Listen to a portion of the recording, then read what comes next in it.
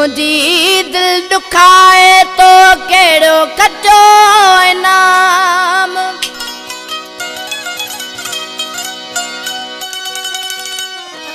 मुझी दिल दुखाए तो केड़ो कचो इनाम।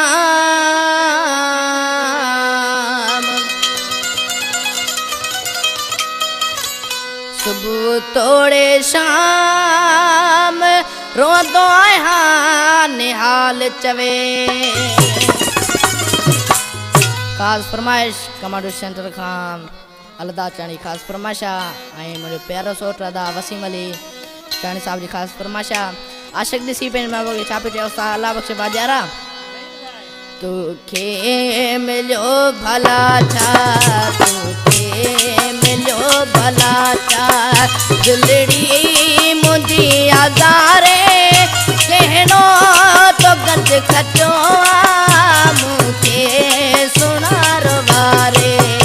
तोखे मिलो भला छा, तोखे मिलो भला छा, दिलड़ी मुझी आज़ारे कहनो तो गंज खचो मुझे सुनार वारे। तोखे मिलो भला छा।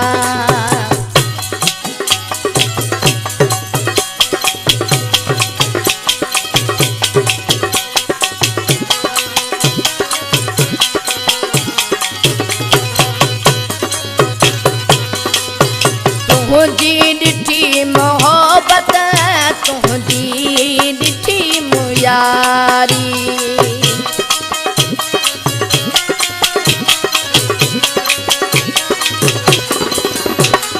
तुझी ॾिठी मोहब्बत, तुझी ॾिठी मुयारी। मूंखां वधीक तोखे दुनिया लगी प्यारी। मुझे न तो छजो, मुझे न तो छजो, कहब कंधी किनारे। तोखे मिलो भला छा, तोखे मिलो भला छा।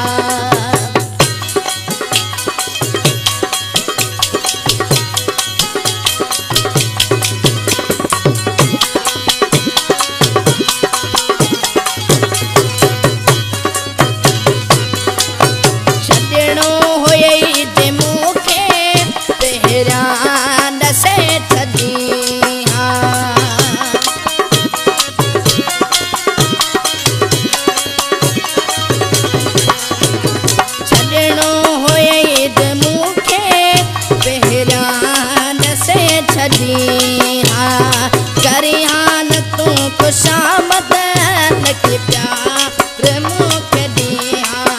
दिल पर छॾे हलियो में, दिल पर छॾे हलियो में, बिन जे लगी इशारे। तोखे मिलो भला छा, तोखे मिलो भला छा।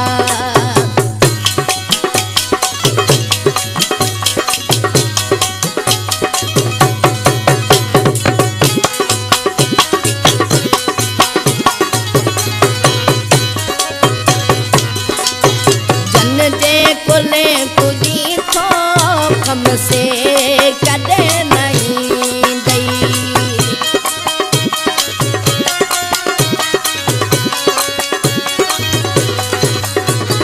जन जे कुले कुली थो कम से कदे नहीं दई।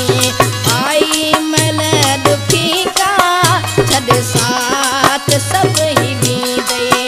जमदई निसार गुरबत, जमदई निसार गुरबत, सत तो चवे बेचारो। तोखे मिलो भला छा, तोखे मिलो भला छा, दिलड़ी मुझी आज़ारे कहनो तो गंज खचो